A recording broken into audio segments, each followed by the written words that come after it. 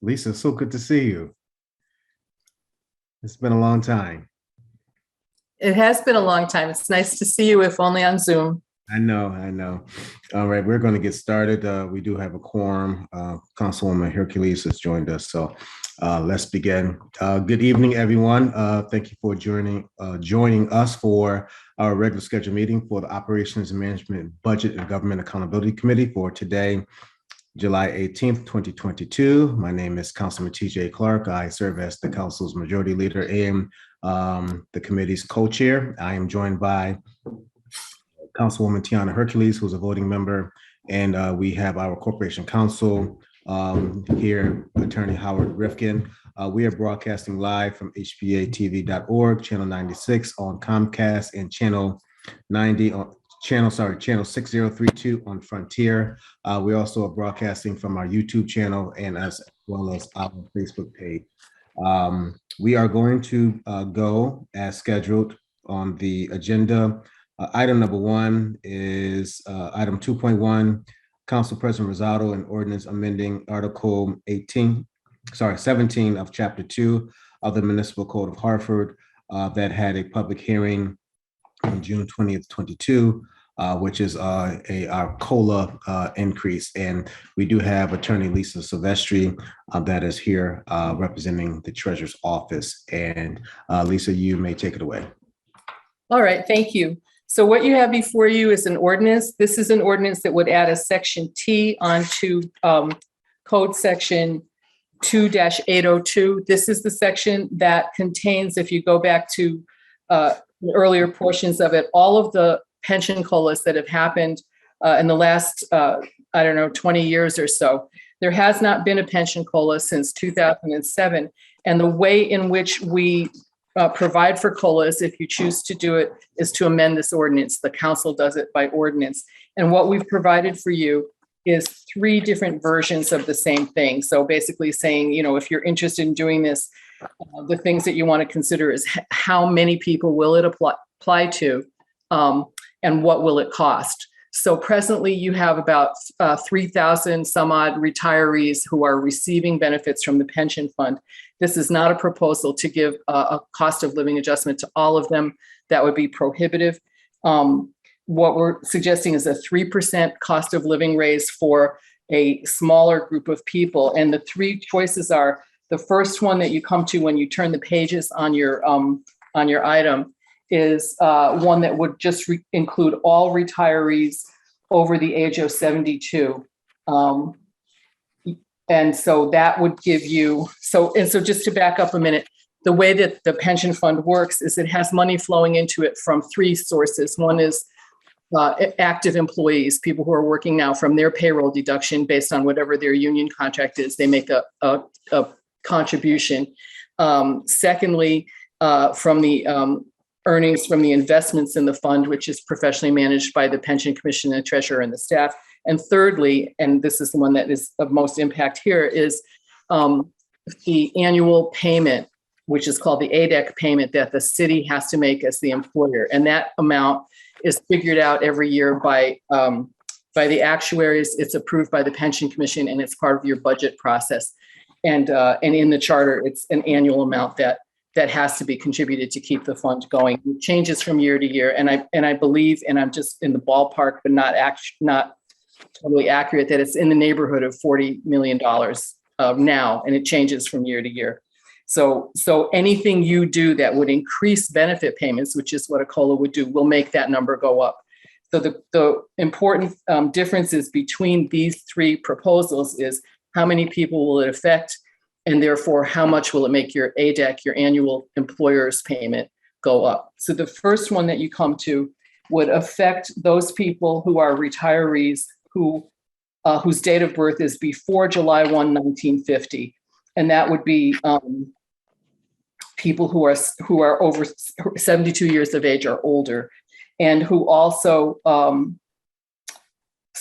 commenced receiving their benefits on or before July 1, 2007, which is 15 years ago. So these are people, this is out of the whole group of retirees, this is just that subgroup that would be people who are over 72 and have been retired more than 15 years. And what the increase to the city would be in your annual payments, let's just see here, is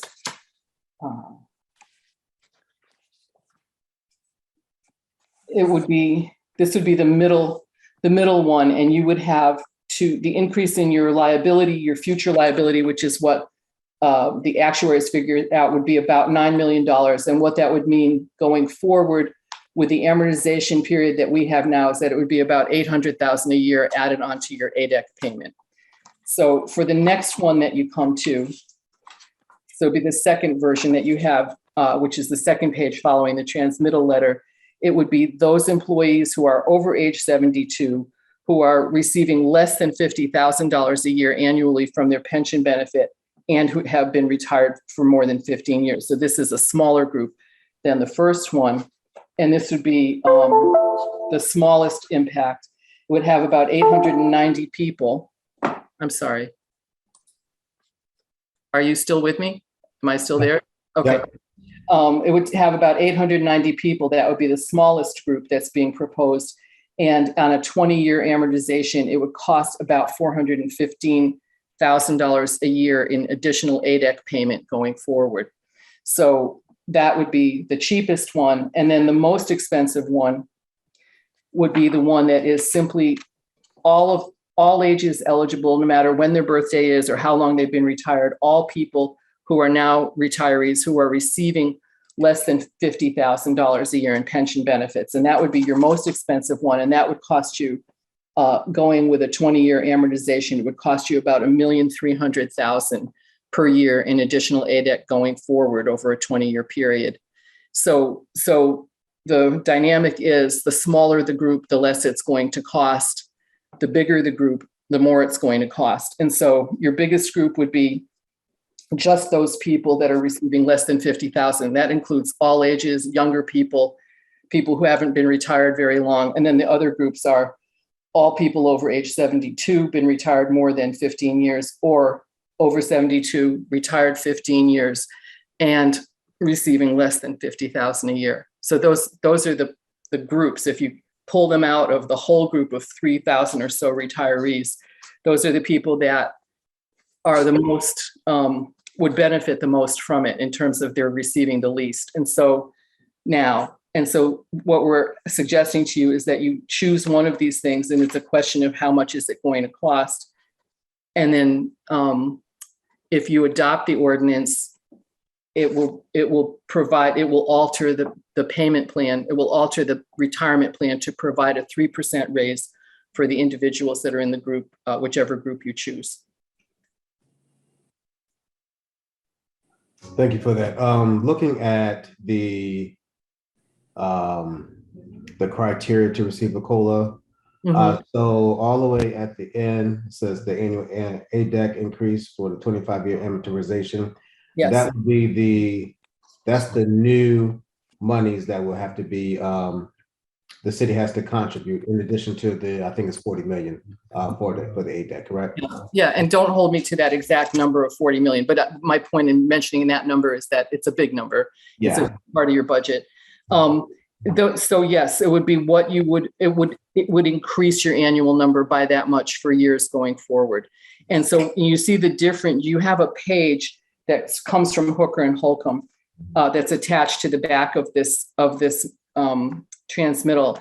And it says, it shows different columns, and it's basically the further you spread it out, the smaller the annual increase will be, but the larger the total increase will be. So it's like remortgaging, your house. If you get a 15-year mortgage, Right. payments will be higher than if you get a 20-year mortgage. But if you get the 20-year mortgage, in the end, you're paying more dollars. Okay. Yeah. Far as the when you're talking about the annual benefits for less than 50,000 of the pensioners, Yeah. do you have a number before you that will let us know the youngest pensioner that the city has? I guess it would be people that are, I don't have in front of me all the collective bargaining agreements right now, but I would think that the youngest ones you have to reach your retirement age for your union, and I believe that's 55. Maybe it's 50 for police and fire. I don't know. I don't remember what that is, but the youngest people would be either 50 or 55 years old. So, and it goes on until they, every month until they die. Right. And so I'm sorry, go ahead.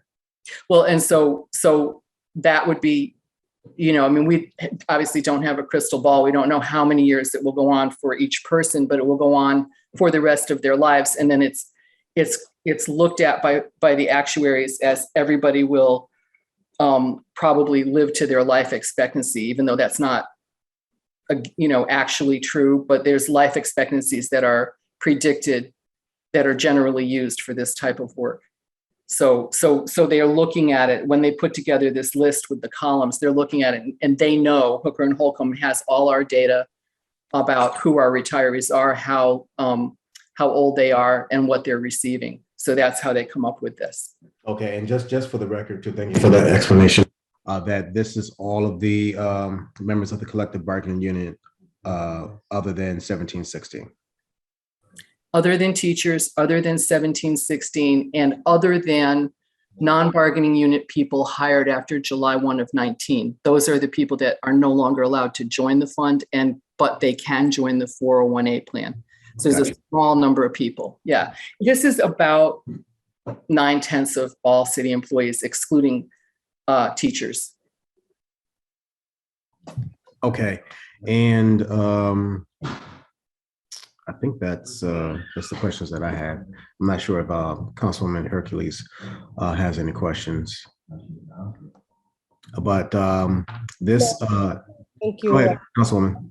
Yes, thank you, Ms. Silvestri. I'm just trying to kind of rack through my mind the analysis of how this increase ultimately affects people on an individual basis, especially those under the 50,000, when we think about their ability to afford medicines, their ability to afford cost of living. And so, figuring out what one of these scenarios does the most good. So that's just trying to go through that analysis for myself, but thank you for the presentation. You're welcome. You have to balance what does the most good versus what is affordable. And so that's why we have that last sheet to shows you what it will cost. And then if you're inclined to adopt one of them, in every case, it's a 3% raise, a one-time 3% raise that goes forward to the rest of the time that they're receiving benefits, meaning the rest of their life. And the cost of it is on that last sheet that's prepared by Hooker and Holcomb. And we do get phone calls and we get contact in our office, in the treasurer's office, from, with some frequency of people calling in and saying that they need a cost of living adjustment and asking when there will be a COLA. And we don't have them built into our plan. Some other pension funds have them built in, they're automatic. We're not automatic. Ours have to be approved by the city council as an ordinance.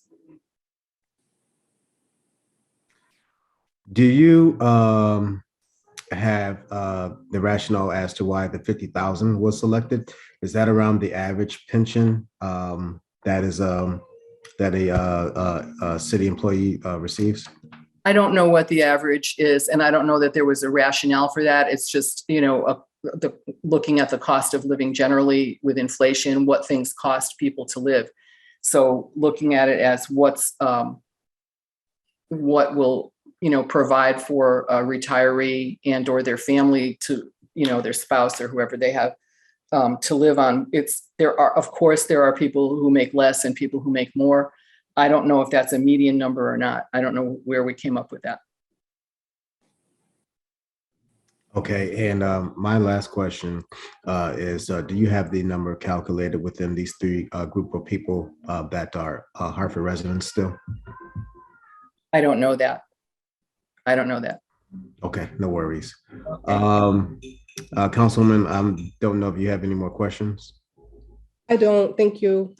Okay, given the fact that we do have a scarce committee, I'm going to move to postpone this so that we can have a little bit more time to have further dialogue amongst our committee members. All right. And please be aware that the members of our office, including myself, are always, available to answer your questions. Thank you so much. We do appreciate it. Councilwoman, can you make a motion to postpone? Yes, make a motion to postpone this item on the agenda until we can have further discussion. I guess I did have one quick question. It may have been said, I'm sorry. If we voted on this, when would it be effective? Would it be effective the next budget, the next fiscal year? I think that it would become effective immediately on passage. Okay. I'll check on that to be sure, but because it doesn't say when it would be effective, so it would just become effective when when it gets voted on, when it gets. Councilwoman Hercules, the ordinances, the alternatives all specify it would be effective July 1st, 2022. So if one of these were approved, it would be retroactive. Yeah, that's what I was thinking. It'll be a retro. And so I'm just curious how this affects the overall budget, if that analysis has been done. I guess that's why I was asking that. It's a good question. Thank you, Howard. Thank you for catching that. Sure. Oh, sorry, I'll just raise the motion, make a motion to postpone this item until we can have further discussion with the other committee members. Second, motion has been made by Councilwoman Hercules to postpone this item until our next meeting. It's been seconded by myself. Any discussion? One discussion item that I have that I forgot to mention is that I'm assuming that in our budget that this is something that was budgeted for in the adopted budget for the upcoming fiscal year. Mr. Chair, it was not. It was not. Okay. All right. Thank you for that, Howard. Any other discussion? All right, seeing none, all in favor indicate by saying aye. Aye. Aye, the ayes have it. This item is postponed until our next committee meeting. Thank you very much, Lisa. I do appreciate your report and good to see you again. Good to see you. I'm signing off. Good night. All right, take care. Next up on our item is item 2.2, Mayor Bruner with a company resolution authorize and empower the city through its tax assessor to exempt from property taxation certain manufacturing equipment owned by the above referenced business. And we have, who do we have representing the tax assessor's office? Bruce Halden, Plastonics. Yes, sir. How are you doing? I'm doing well. How are you tonight? I'm doing well, thank you. You may take it away. Okay, I'll try to make this as brief as possible. Plastonics, we're located on Locust Street over here, and we've been in Hartford since 1973, moving from East Hartford. And I've been with the company since 1968. We have 21 full-time employees and 11 part-time temporary employees, and about 55–56% are Hartford residents. And I've been filling out these forms myself for a number of years now. And to the best of my knowledge, we've never been late, but I was late this year and I have no idea why. It might have something to do with COVID back in November, but we were a few days late in filing the personal property declaration form and also the machinery and equipment exemption form. And I would like the city council to recognize our machinery and exemption claim form. We've been around since 1973. Our process hasn't changed. And the exemption form has been recognized every year since.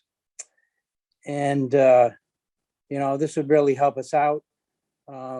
We do have a number of employees that are Hartford residents, and, we take pride in hiring city residents, and we want to take good care of them, and this will certainly help us out. We did, early in this process, we did contact the mayor, and he indicated something to the effect that he could probably help us out. So whatever the council can do, we sure would appreciate. Thank you for that. What's your average salary for your workers? The average hourly wage is about $17.85. And how many is it that you said that are employed by you that are Hartford residents? It's about 55%. So there's 18 out of like 32. Okay. And do you offer health benefits to your employees? Yes, we do. We have health insurance, a 401k, number of holidays, and paid vacation, etc. Okay. And is this the first time that you missed the deadline? Yes. Okay. All right. And as I said, I've been with the company since 1968, and I've been filling out these forms myself, and I have never been late until this past November. Okay. All right. Thank you. Councilwoman Hercules? So I'm just curious, and thank you. It says Bob here, but I know you said your last name, so. Yeah, no, I'm using his iPad because Oh. I've never done this before. Understood. So so it's about $29,000 that you're looking for an exemption. Actually, I think it's around, no. It's around our production equipment and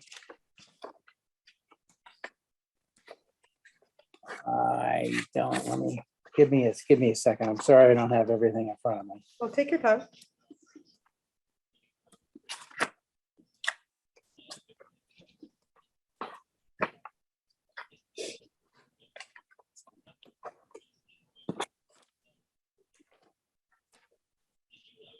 I'm looking for about 400,000 in equipment exemption. Okay. So last year we had a net assessment of like 66,000. Okay. And you guys have been getting this exemption for, is it since? Ever since we moved to Hartford, yes. And that was in what year? 1973. So almost 50 years. Yes.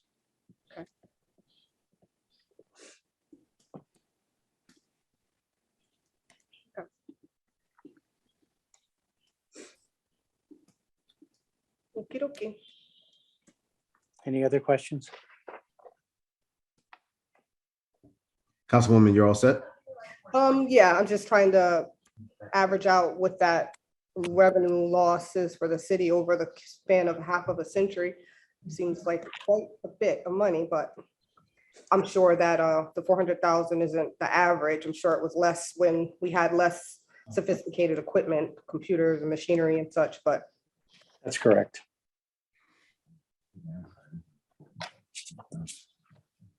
Or do you have anybody else with you on here? Or you? I do. I believe Brian is with me. Okay. Brian, are you here? I am here. Yep. Brian, do you have anything to add? No, Bruce has been a longtime employee of ours. It's a family business. I'm third generation, and I do want to keep the business going in Hartford. And we, as Bruce said, take pride in doing what we do and want to keep doing and continue manufacturing in Connecticut.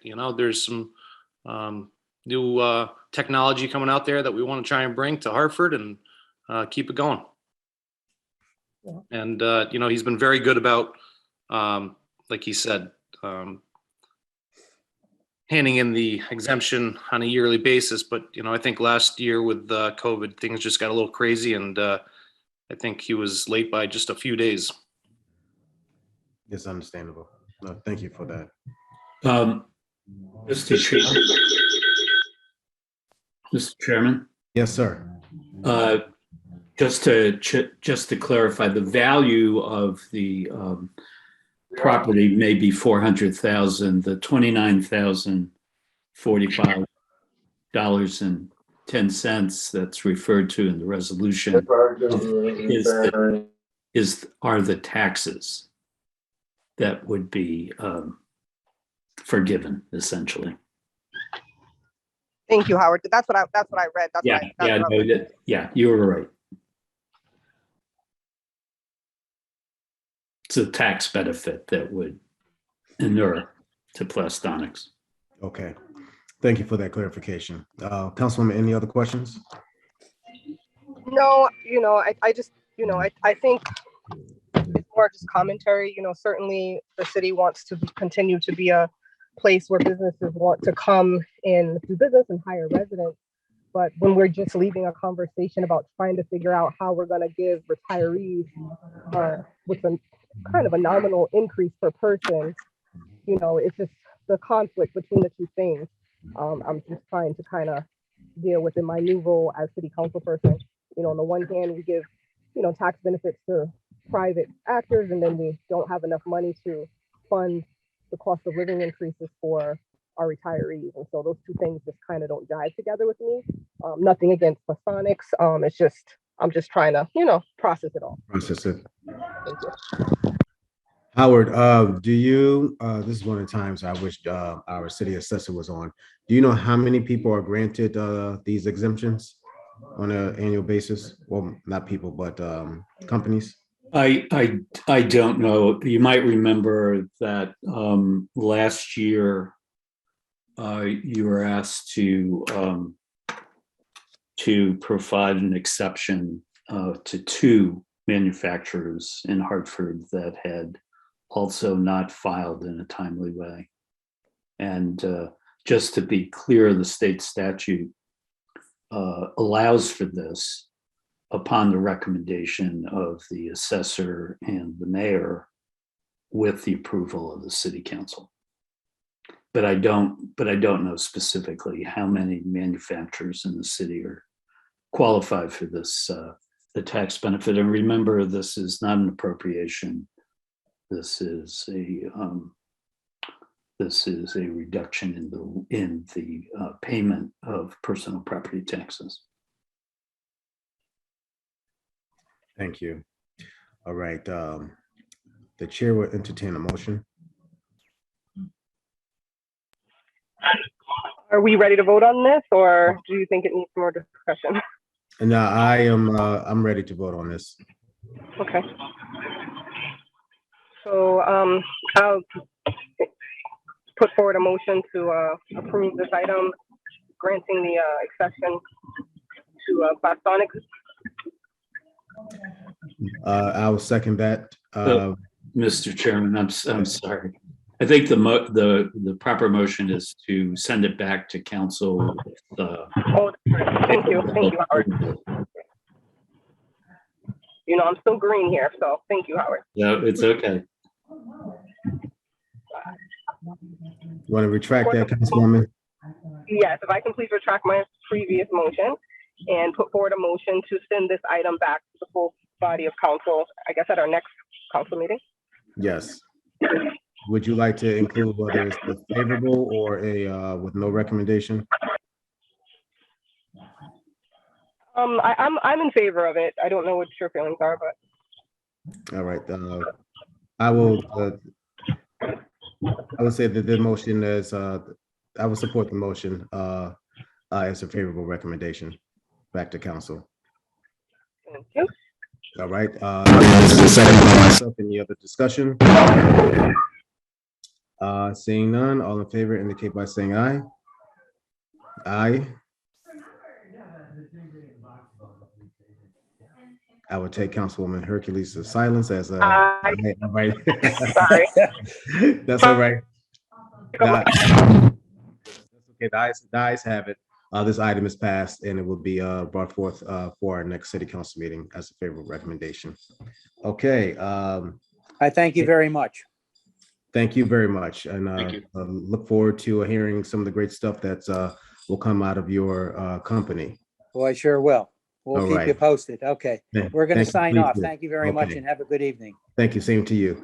Being that we don't have any more items to discuss in our committee, this Operations Management Budget and Government Accountability Committee is now adjourned. Thank you very much and have a good evening. And for those that are still tuned in, we do have a public hearing that is going to be at 7 o'clock, and I believe it's going to be chaired by Councilman Nick LeBron. So thank you very much and have a good night. Thank you. Good night.